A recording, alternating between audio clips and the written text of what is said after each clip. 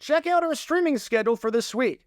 We've got tons of content in terms of the NFL and college football, as we're going live just about every single day this week. So make sure you hit that notification bell so you don't miss a single moment where we go live. And now, on with our feature presentation. The Super Bowl XXIII halftime show. Oh God, this monstrosity of a halftime show. Billy Joel sang the national anthem for this game in January of 1989. You really couldn't just have him play on a piano for 12 minutes? You really had to go through all of this? Seriously, he was already inside the stadium. Just sit on the piano and let him work his magic and call the day. Instead, we got Bebop Bamboozled, featuring the legendary Elvis. Not Elvis Presley, mind you, Elvis Presto, as in an Elvis impersonator. But this Elvis impersonator sings more songs from the movie Grease than he actually sings Elvis songs. Oh, and on top of that, he's better than the real Elvis, because he can do magic and do card tricks, because that's what everyone wants to see at a halftime show, magic card tricks. And did I mention that this entire show was in 3D? Even though there were a grand total of 0 home television sets in 1989 that had 3D capabilities, this was going to be a 3D halftime show with an Elvis impersonator singing songs from Grease while doing card tricks. How many drugs was the NFL on when they came up with this idea? Seriously, how many substances did the executives have before they pitched this idea and went with it and realized that it was way too late to back out of? This halftime show was something else. This halftime show was very similar to most of the halftime shows of the 1980s, Chubby Checker and the Rockettes from Super Bowl XXII notwithstanding. A complete and utter disaster that was borderline unwatchable. However, if you like things that are watchable, or at least I hope are watchable, then this is the place for you, because we talk about all things NFL history all the time and Super Bowl history with a new video and a new live stream every single day. So if you like that sort of stuff, then be sure to hit that like button down below, subscribe, and turn on the notification bell so you don't miss a single video that we post on the channel. Thanks in advance for your support as we try and hit 70,000 subscribers.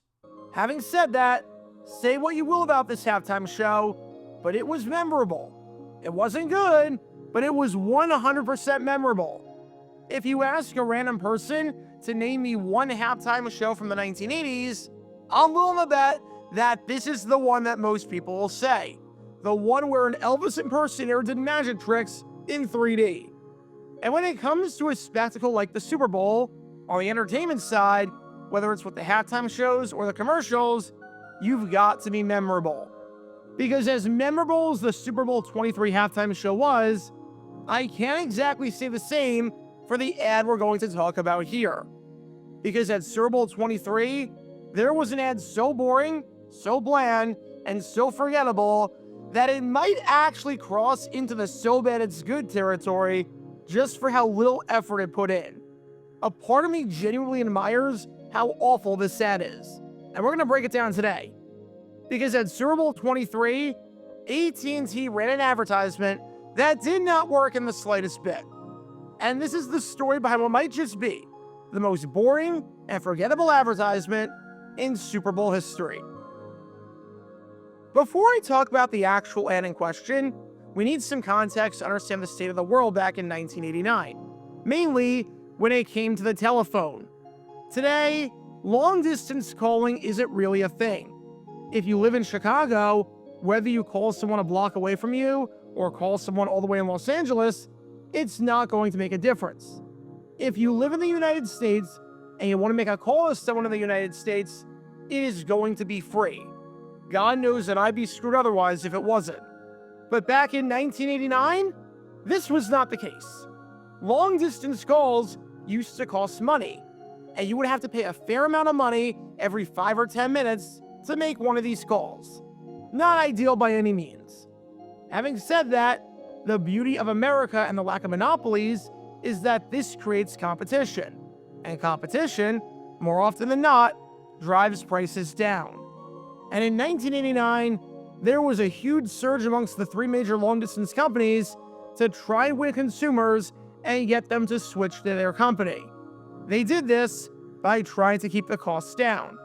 Sprint had an offer where you got 30 minutes of free long-distance calls. MCI, which no longer exists, had an offer where for $5, you got 1 hour of night calling and weekend calling. As George Rodriguez, the vice president of advertising for Sprint, said on the competition between the companies, "It's too soon to say it's a marketing war, but it certainly could become one." And if this was a marketing war, then AT&T was about to drop the marketing nuke. Because AT&T had this little thing called the Super Bowl on their side. They forked over the $675,000 that it cost for a 30-second ad to unveil their plan to win consumers and convince them to switch there in order to save money on long-distance calls. Sprint and MCI were not doing this. It was just AT&T at this Super Bowl. AT&T had already taken measures to reduce the price. The price of long-distance calls had dropped 33% from 1986 until the beginning of 1989. And they were about to take another one and unveil it to the world during Super Bowl XXIII. Because in front of a television audience of well north of 80 million people, AT&T had the eyes of the country watching as they unveiled their long-distance strategy. And this is what we got. I'm not going to sit here and tell you AT&T's long-distance rates are competitive. I'm going to prove it to you. If you're with another long-distance company and your business spends $120 a month or more, call us about our discount calling plans, AT&T Pro WATS. If you qualify, here's the deal. We'll pay for the sign-up fee, the switch-over charge, and if within 3 months you're not completely satisfied with our quality, value, and price, we'll even pay to switch you back. So what have you got to lose? Even the call is free. 1-800-222-0400.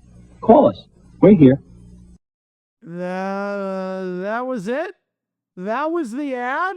That was a Super Bowl ad? A $675,000 Super Bowl ad? The same year that we got 3D ads of the Bud Bowl and Michael J. Fox building a drone and all that. We got this? Okay then. Yeah, so there's a couple reasons why this doesn't work.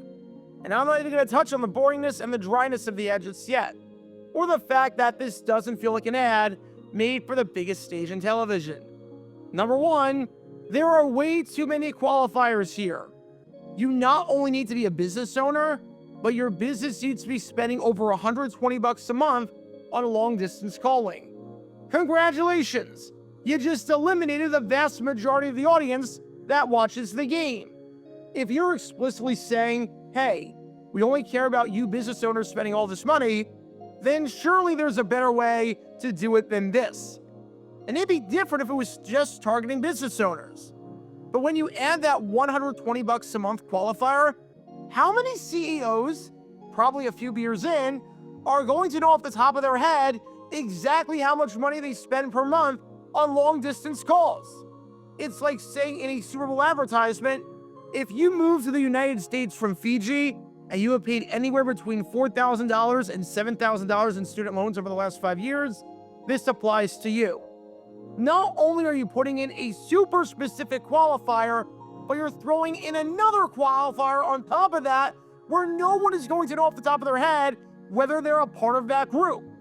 If the qualifier was something like the color of your hair, or your credit card number, or your age, where you could easily get it without thinking, that's one thing. But this, in a slightly inebriated state, no chance.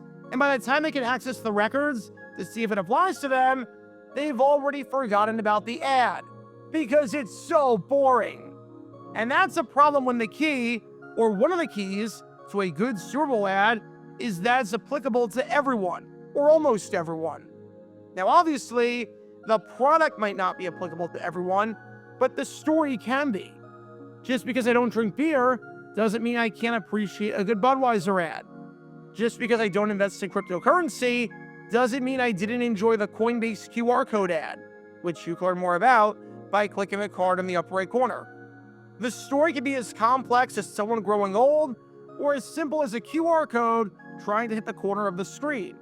Here, there's no story. What's the story? It's just a guy at his desk, and a guy who ended up going to prison for 5 years for insider trading, mind you, telling you that if you fit that super specific criteria, that you can switch to this product.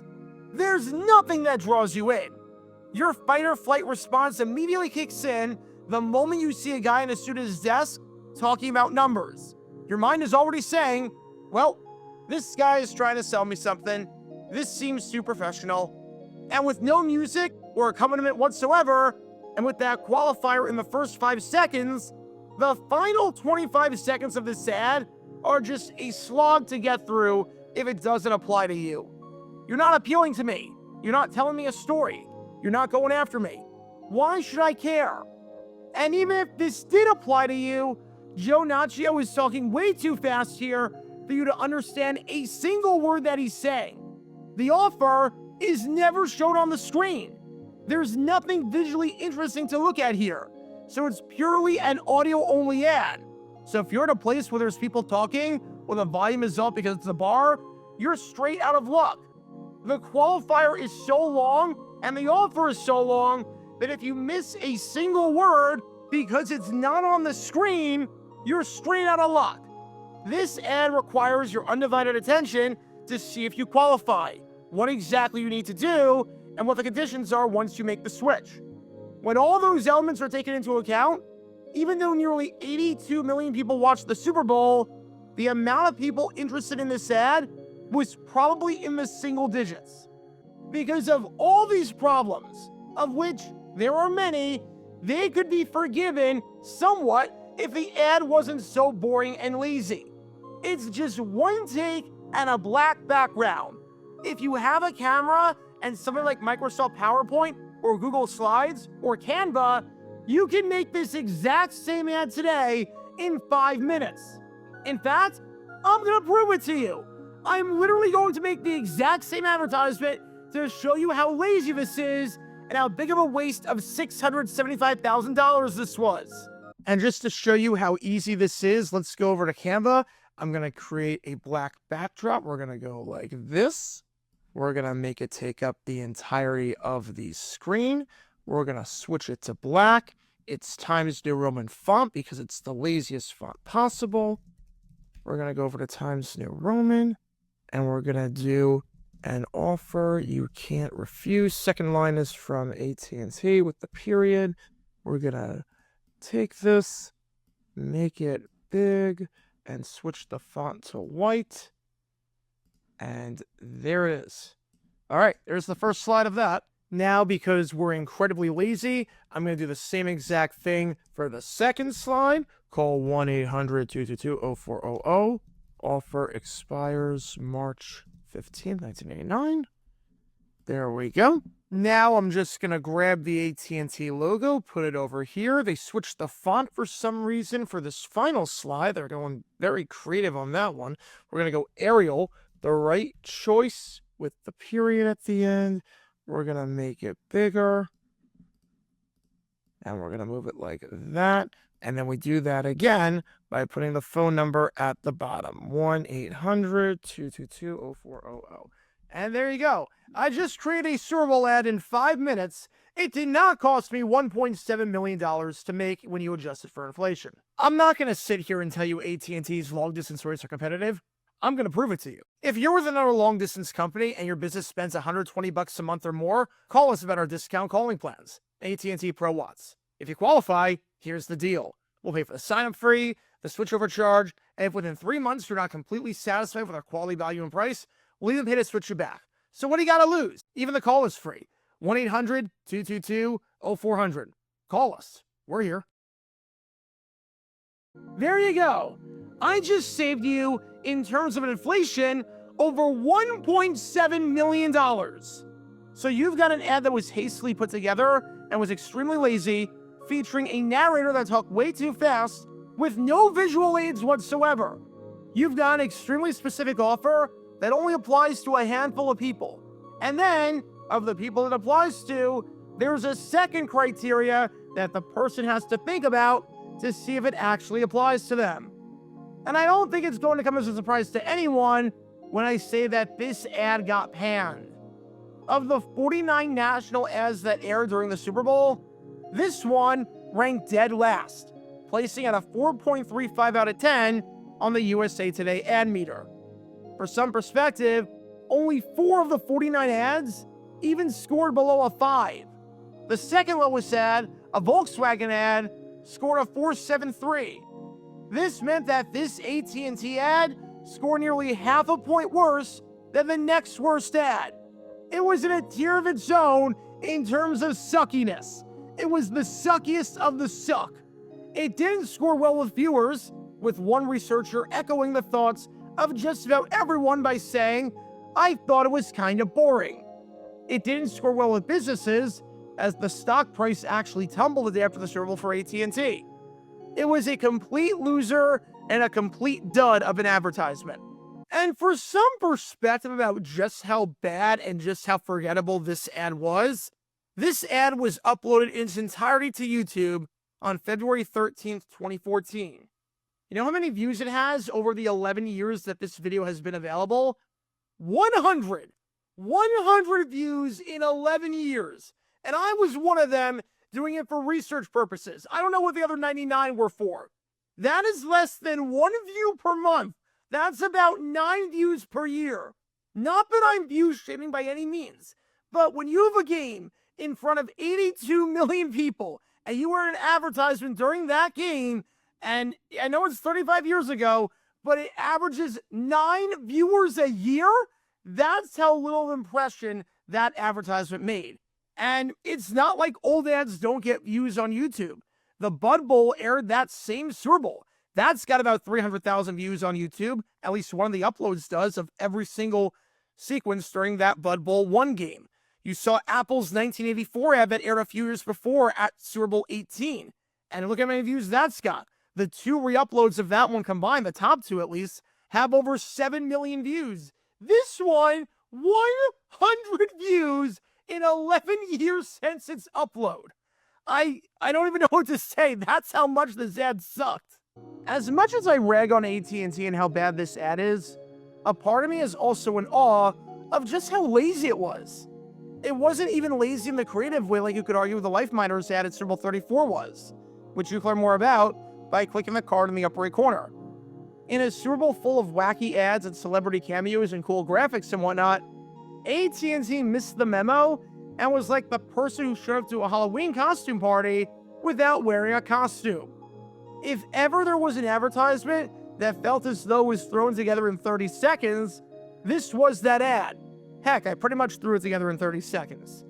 From the one shot, to the no music, to the Times New Roman font on a black background, to the no graphics, it's almost impressive how painfully boring this ad is, where 30 seconds feels like 300 seconds.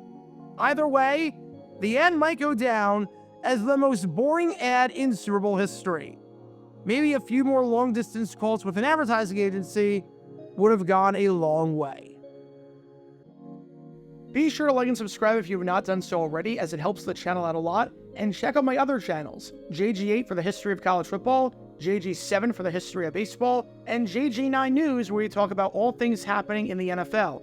Join me every Wednesday night at 8 p.m. Eastern, where we'll play live NFL trivia for cash prizes. And make sure to join me live, as we're on stream just about every single day. And thanks to all our Patreon members and our YouTube members for helping out the channel. See how you become a member and show your support financially in the description down below.